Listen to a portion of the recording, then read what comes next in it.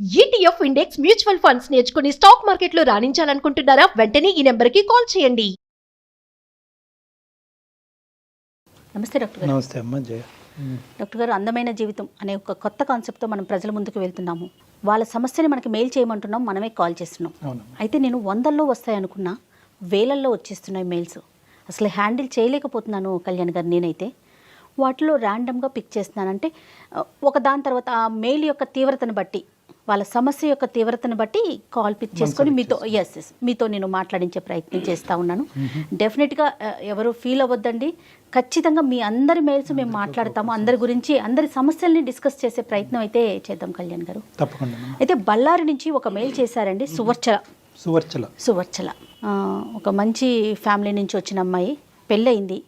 భర్త మానసిక వేదనతో తను ఏం చేయాలో అర్థం కాక సూసైడ్ చేసేసుకోవాలి అనే ఒక నిర్ణయానికి వచ్చి మనకి మెయిల్ చేసింది. అంటే తను చెప్పుకోలేని సమస్యలతో బాధపడుతుందట. పెళ్ళై సంవత్సరమే అవుతోంది.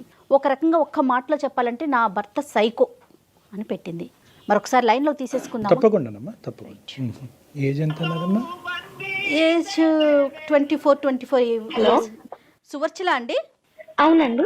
నేను సుమన్ టీవీ అందమైన జీవితం ప్రోగ్రామ్ నుంచి చేస్తున్నానండి. చెప్పండి. మీరు మాకు మెయిల్ పెట్టారు సువర్చల. అవునండి. మీ మెయిల్ గురించి నేను బ్రీఫ్గా ఆయనకి చెప్పాను. ఒక్కసారి మీరు కూడా మాట్లాడండి. అమ్మా సువర్చల, నమస్తే అమ్మా. నమస్తే అండి. నమస్తే అమ్మా. చెప్పమ్మా, నీ ప్రాబ్లం ఏంటో కొద్దిగా చెప్పమ్మా. అంటే నేను హ్యాపీగా జాబ్ చేసుకుంటూ ఉంటే ఇంట్లో వాళ్ళు పెళ్లి సంబంధం చూసారు కదా, ఇంట్లో వాళ్ళ ఇష్ట ప్రకారం పెళ్లి చేసుకున్నాను. మా ఫ్యామిలీ వచ్చేసి బెల్లారిలో ఉంటారండి, చాలా లాంగ్. కానీ మేము జాబ్ ఇక్కడ చేస్తాం కాబట్టి హైదరాబాద్ లో హస్బెండ్ తో పాటు ఉన్నాను.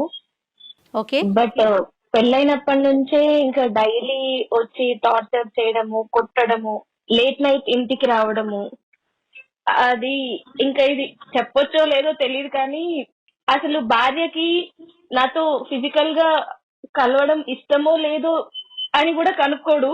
ఫిజికల్ గా వచ్చి సినిమాలో చూపిస్తారు కదా రేప్ చేసినట్టు, వచ్చి బలవంతంగా చేసేవాడు. ఈవెన్ ఎంత టార్చర్ ఉండదంటే తను గుట్కాలు, సిగరెట్లు అన్ని తాగి అవి నములుకుంటూనే నాతో ఉండేవాడు. అది ఎవరికి చెప్పుకోవాలో కూడా అర్థం కాకపోయేది.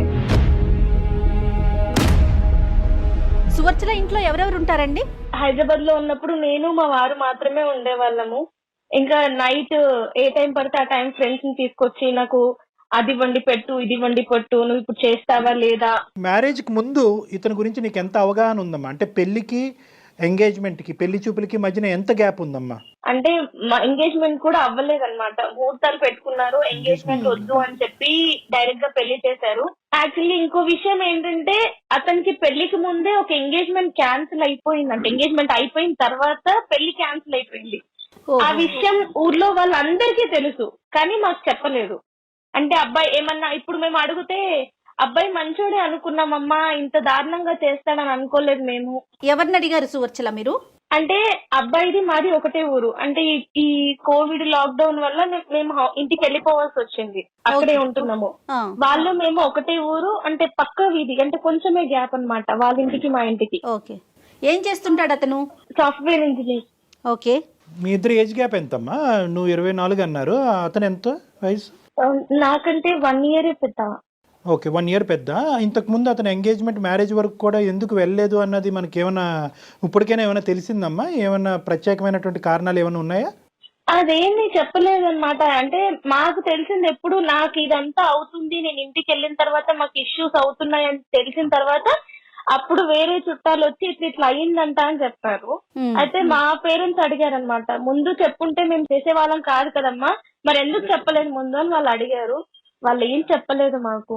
మ్యారేజ్ అయినటువంటి అంటే ఫస్ట్ ఫ్యూ డేస్ నుంచి ఈ యొక్క డిఫరెన్స్ కనిపించిందా, లేదంటే ఒక 2-3 నెలల తర్వాత మొదలు పెట్టాడా? ఆస్తిపాస్తుల గొడవలు కానీ, కట్న కానుకల విషయాల్లో ఏమన్నా గొడవలు ఉన్నాయా?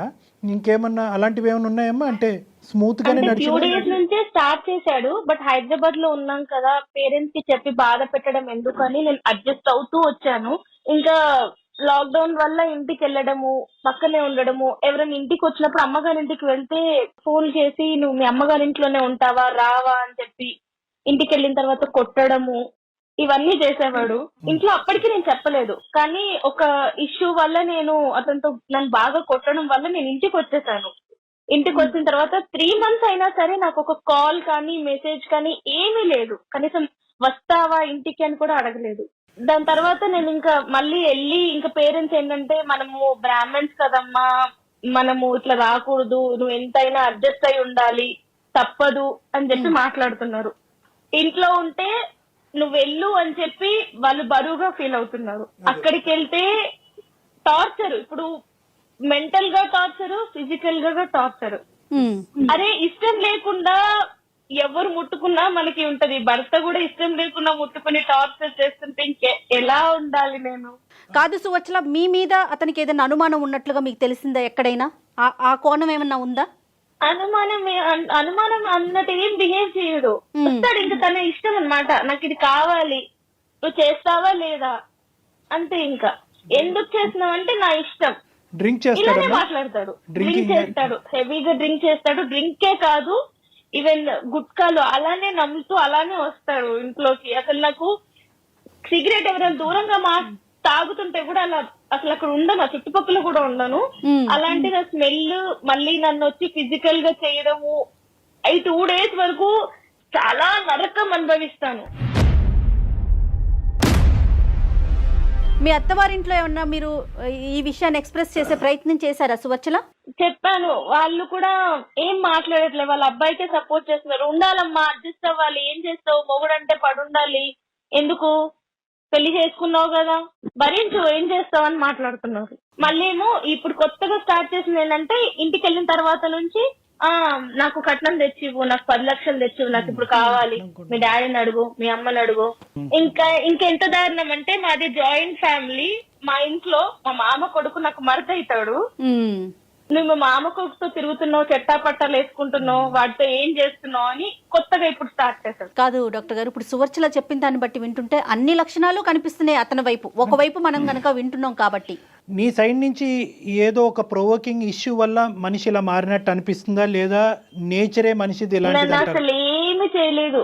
పెళ్లి వరకు హ్యాపీగా పెళ్ళయింది, ఎంత హ్యాపీగా ఉంటది అనే సెన్స్ అంటే ఇంట్లో ఇష్టమైన పెళ్లి నేను చేసుకున్నాను, హ్యాపీగా ఉందాము, హ్యాపీగా లీడ్ చేద్దాము అనే సెన్స్ లో నేనున్నాను. కానీ అయిన తర్వాత మొత్తం నా లైఫ్ అనేది చేంజ్ అయిపోయింది. అడ్జస్ట్ అవ్వు అంటున్నారు. ఎన్ని రోజులు అడ్జస్ట్ అవ్వాలి, ఎంతకాలం అడ్జస్ట్ అవ్వాలి? నువ్వు మానసికంగానే కాదు, ఫిజికల్ గా శారీరకంగా కూడా నన్ను హింసిస్తూ ఉంటే ఎన్ని రోజులు భరిస్తాము? ఎట్లా అంటే తను ఫిజికల్ గా చేసిన తర్వాత 2 రోజులు నేను లేవలేను, పెయిన్స్ నరకం ఉంటుంది, ఎట్లా భరించాలి? ఊరుకోండి సువచ్చల. ఇంట్లో కూడా అర్థం చేసుకోవట్లేదు, ఎవరికి చెప్పాలి? చచ్చిపోవాలని ఉంది నాకు. కానీ మీ ప్రోగ్రామ్ చూసి ఒక్కసారి మిమ్మల్ని అడుగుతాము, ఏం చెప్తారు అని చెప్పి ఫోన్ చేశాను. చచ్చిపోవటం, ఆత్మహత్య అనేటటువంటిది సొల్యూషన్ కాదు. నువ్వు చాలా చిన్న అమ్మాయివి, నీ జీవితాన్ని నువ్వు ఏ విధంగా సరిదిద్దుకోగలవు అనేటటువంటిది, లేదంటే ఏ దారిలో వెళ్తే కనుక నీకు సరైనటువంటి సొల్యూషన్ అందుబాటు అవుతుందని అందమైన జీవితం ఖచ్చితంగా ఆ మార్గాన్ని చూపెట్టే ప్రయత్నం చేస్తుందమ్మా. కానీ ఇంకా ఏమన్నా ఉందమ్మా అంటే సర్దుకుపోయి దిద్దుకుని ముందుకెళ్ళిపో అని చెప్పేటటువంటి వాళ్ళకు కాకుండా నీ మనసు, లేదంటే అంటే మీ పేరెంట్స్కి ఆ మనసు లేదు అనేటటువంటి అభిప్రాయం నాకు లేదు, కానీ వాస్తవానికి నీ యొక్క సిచ్యువేషన్ ఎగ్జాక్ట్గా అర్థం చేసుకుని ఈ విధంగా ఉండు అని సపోర్ట్ చేసేటటువంటి స్నేహితులు కానీ. ఒక మాట చెప్పండి, నా తల్లిదండ్రుల ముందే నన్ను వాడు కొట్టిండు. అవునమ్మా, దారుణంగా కొట్టి తోసి పడేసిన వాడు. వాళ్ళు లేనప్పుడు నన్ను ఎలా చూసుకుంటాడు వాళ్ళకి తెలియదా? అయినా కానీ మన ఊరే అంటే మా పక్కనే కదా, ఊర్లో అందరికి తెలుసు కదా మీకు పెళ్ళయిందని చెప్పి, నువ్వు ఇంకా వాడితోటే ఉండాలి నువ్వు అని అంటే నేను ఎలా బతకాలి? నేను ఎలా ఉండాలి వాడితోటి? ఇటు తల్లిగారు ఆదరయ్యారు, అటు అత్తగారు ఆదరయ్యారు, నేను ఏమైపోవాలి? మీరేం చదువుకున్నారు సువర్చల? బీటెక్ చదివాను. జాబ్ చేయాలి అనే ఆలోచన ఏమైనా ఉందా? అంటే మీ ఇంట్లో జాబ్కు పంపించే ఆలోచన వాళ్ళకి పేరెంట్స్ అసలు ఉందా? బిఫోర్ మ్యారేజ్ పెళ్లి ముందు వరకు చేశాను, పెళ్లి తర్వాత కూడా చేశాను. ఓకే. మధ్యలో ఇంకా ఈయనకి కష్టం అవుతుంది, నాకు ఎవరు ఉండి పెడతారు అని వాళ్ళ మదర్ కొంచెం చెప్పడం వల్ల జాబ్ మానేసి ఇంట్లోనే నేను ఉన్నాను.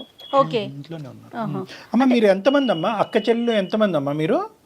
మేము 2 అండి. మీరిద్దరే. మరి నీకేమన్నా అనిపించిందమ్మా అంటే నీ పెళ్లి చేసేటటువంటి దాంట్లో కొద్దిగా ఎంక్వైరీస్ కానీ లేదంటే కొద్దిగా క్షుణ్ణంగా విశ్లేషించిన తర్వాత ఒక అబ్బాయిని వెతికి పెళ్లి చేసినట్టుగా నీకు అనిపించిందా?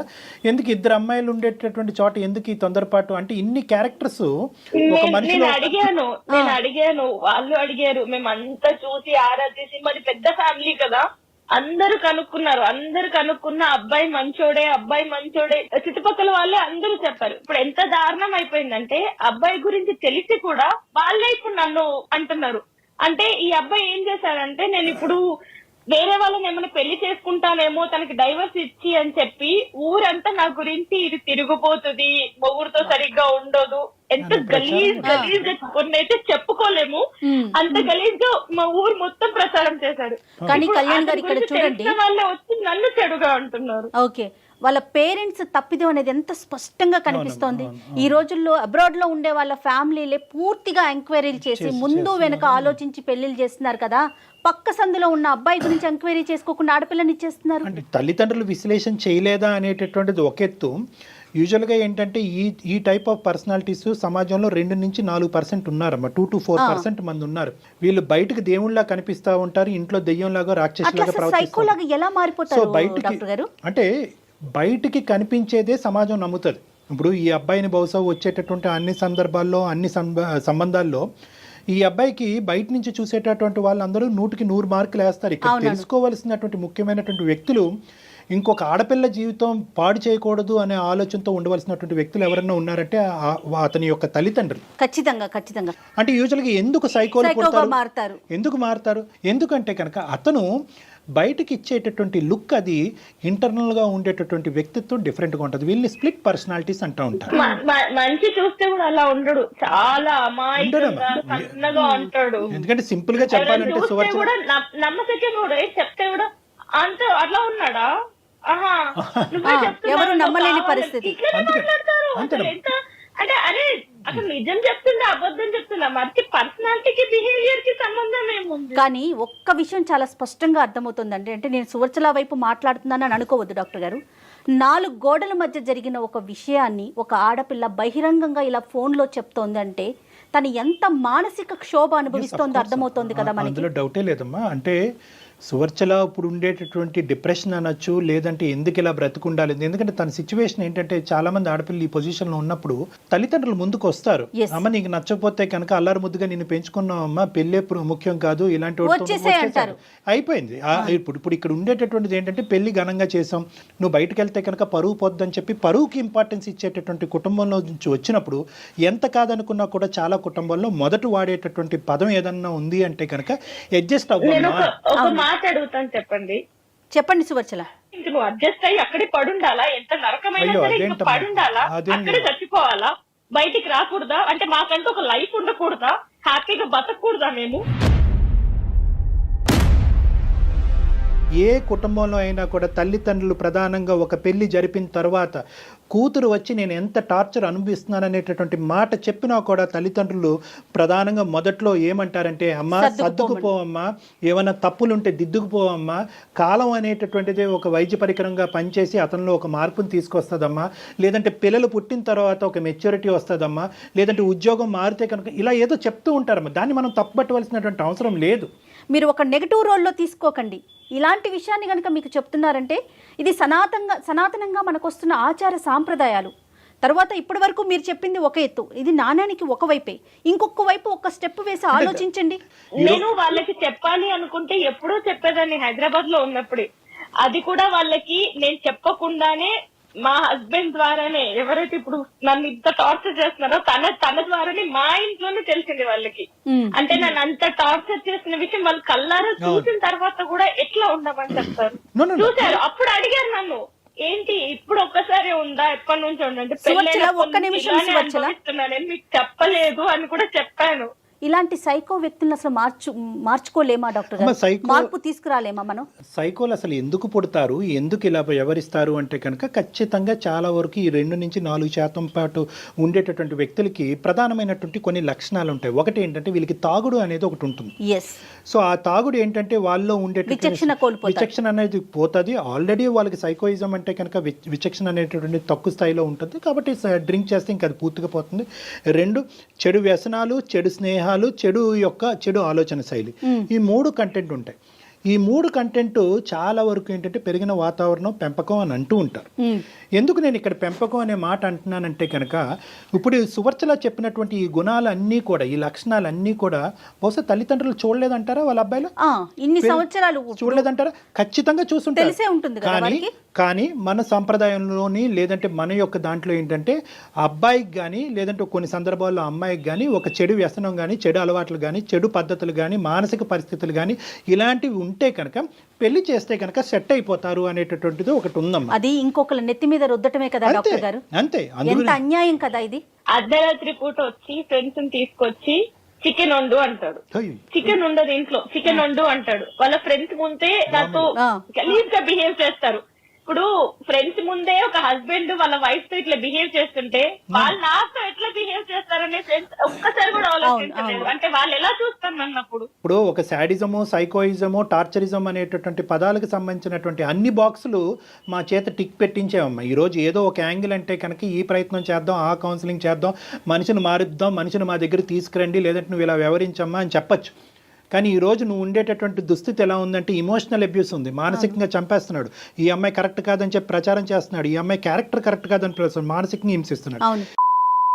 అంటే భార్యాభర్తలకు సంబంధించినటువంటి సంబంధంలో ఈ అమ్మాయిని మెరైట్ అంటారు దీన్ని. ఇప్పుడు ఆ అమ్మాయి చెప్పింది ఏంటంటే ఫిజికల్ అబ్యూస్ కూడా, అంటే చిన్న వాటికి నామే చేయి చేసుకుంటున్నాడు. అంటే ఇక్కడ మనం ఈ రోజు ఇక్కడ కూర్చుని బహుశా సువర్చల తన భర్తకు సంబంధించినటువంటి కొన్ని మంచి విషయాలు చెప్పట్లేదేమో అని అనుకోవటానికి ఒక అవకాశం ఉంది. కానీ ఎన్ని చెప్పినా కూడా ఇన్ని గుణాల ముందు అతని యొక్క మానసిక పరిస్థితి, అతని వ్యక్తిత్వం చాలా పూర్తిగా దిగజారినట్టు. అయితే ఒక్కటన్నా మంచి లక్షణం ఏమన్నా చెప్పగలుగుతారా సువర్చల మీరు అతని వైపు నుంచి? అంటే ఏమీ లేదు. పెళ్ళైనప్పటి నుంచి మేము కలిసి ఉన్నప్పటి నుంచి నాకు రోజు ఏడుపు, ఎవ్వరికి, ఎందుకంటే ఇద్దరమే ఉండేది. ఊర్లో అమ్మ వాళ్ళు ఉన్నారు, వాళ్ళకి ఫోన్ చేసి చెప్పలేను, ఏ ఫ్రెండ్ కి చెప్పలేను, ఎవ్వరికి చెప్పక నేను నరకం అనుభవించి, నిజంగా అందరు అంటారు కదా లాక్డౌన్ కొందరికి నష్టం చేసిందని చెప్పి, నాకు నిజంగా మేలు చేసింది. ఎందుకంటే లాక్డౌన్ వల్ల నేను మా అమ్మ వాళ్ళ ఇంటికి వెళ్ళాను, అతని గురించి నిజం తెలిసింది. అయినా కూడా నాకు కష్టాలు అనేవి తప్పలేదు. నేనేం చేయాలి? ఇక నాకు చావేనా గతి. లేదు సువర్చల, అసలు ఎప్పటికీ అలాంటి ఆలోచనే పెట్టుకోవద్దు దయచేసి. Suvarchala, without any second thought get out of this marriage అమ్మా, come out of this marriage. ఎందుకంటే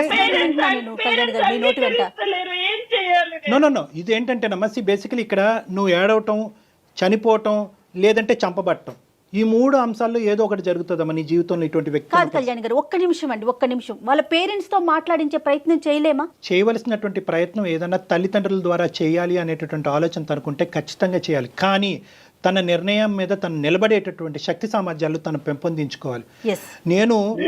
నువ్వు ఒక నిర్ణయం తీసుకొని నేను అబ్బాయితో విడిపోతాను అన్నా కూడా నువ్వు విడిపోతే మేము చచ్చిపోతాము. ఒకటి సువర్చల అమ్మ, you cannot satisfy 100% of the people 100% of the time. ఈ ఈక్వేషన్ ఎప్పటికీ గుర్తుపెట్టు. 100% అందరినీ అన్ని సందర్భాల్లో సంతోష పెట్టగలిగేటటువంటి కెపాసిటీ, అనుభవం, వయస్సు నీకు లేవు. తల్లిదండ్రుల దగ్గర నుంచి బ్లాక్మెయిల్ వచ్చినా, ఏది వచ్చినా, ఇది నీ జీవితానికి సంబంధించినటువంటి అంశం. ఒక్కసారి అర్థం కానటువంటి తల్లిదండ్రులకి 2 సార్లు చెప్పు. నీ ద్వారా అర్థం కానటువంటి తల్లిదండ్రులకి నీ ద్వారా నీకు సంబంధించినటువంటి వ్యక్తుల ద్వారా చెప్పేటటువంటి ప్రయత్నం చేయి. సోషల్ అబ్యూజ్ అంటే ఏంటో వాళ్ళకి విడమర్చి చెప్పు. అబ్యూజ్ అంటే ఏంటి అన్నది వాడికి విడమర్చి చెప్పు. ఇమోషనల్ అబ్యూజ్ ఏంటి అన్నది విడమర్చి చెప్పు. ఫిజికల్ అబ్యూజ్ అన్నది ఏంటి విడమర్చి చెప్పు. ఎందుకు అంటే కనుక చాలా సందర్భాల్లో నేను ఇందాక అన్నట్టుగా అడ్జస్ట్ అయ్యి వేచి చూడు అనేటటువంటి పదం ప్రతి కుటుంబంలో ప్రతి తల్లిదండ్రులు వాడేటటువంటిది. కానీ ఇక్కడ చూడవలసింది ఏంటంటే డ్యూరేషన్ ఆఫ్ టైం. అంటే కేవలం సంవత్సరంకే ఈ అమ్మాయి ఇలాంటి నిర్ణయం అనేటటువంటి అంశానికంటే ఇక్కడ ప్రధానంగా చూడవలసింది ఏంటంటే Suvarchala, the intensity of the torture and the quality of the torture. అంటే అన్ని రంగులు, అన్ని హంగుల్లో ఒక మనిషి భరించలేక ఈరోజు సువర్చల మనతో ఇలా ఫోన్ చేసి మాట్లాడుతుంది అంటే కనుక అందమైన జీవితం ఈ వేదిక ఉండటం వల్ల అమ్మాయి ఫోన్ చేసి చెప్తుంది. లేదంటే ఈ అమ్మాయి ఈ రోజు ఇంకో ఆత్మహత్య ధోరణం, ఇంకో పనికి పూనుకోలేదు అనేది గ్యారంటీ లేదు కదా. అవును. మీ సొల్యూషన్ ఏం చెప్తారు ఫైనల్ గా చెప్పండి. Know the thing is Suvarchala, ఇక్కడ సొల్యూషన్ ఈజ్ స్ట్రైట్ ఫార్వర్డ్ అమ్మా. ఇక్కడ ఏంటంటే అన్ని కెపాసిటీస్లో అన్ని విధాలుగా అమ్మ సువర్చల, ఆర్ యు దేర్? ఉన్నాను. ఓకే ఓకే అమ్మ, నువ్వు గుండె నిబ్బరం చేసుకుని ధైర్యంగా ఉండమ్మా. ఎందుకంటే ఈ రోజు నీకు బోల్డ్ అంత భవిష్యత్తు ఉంది. నీకేమి బరువు బాధ్యతలు రెస్పాన్సిబిలిటీస్ అంటూ ఏమీ లేవు. మీ ఇద్దరు లక్కీగా నువ్వు ఏదైనా సంతోషపడవలసినటువంటి అంశం ఉంది అంటే కనుక సంవత్సరం అయిన తర్వాత ఇప్పటికీ నువ్వు ప్రెగ్నెంట్ కాకపోవడం అన్నది నువ్వు చేసుకున్నటువంటి అదృష్టం. లేదంటే ప్రెగ్నెన్సీ నేను అదే హ్యాపీ ఫీల్ అవుతాను. బట్ నేను కంప్లీట్ బ్లాంక్ అయిపోయాను. నా మైండ్ అనేది పని చేయట్లేదు. అందుకే నేను మీకు మెయిల్ చేశాను. నేను ఏంటి అర్థం కాక అసలు.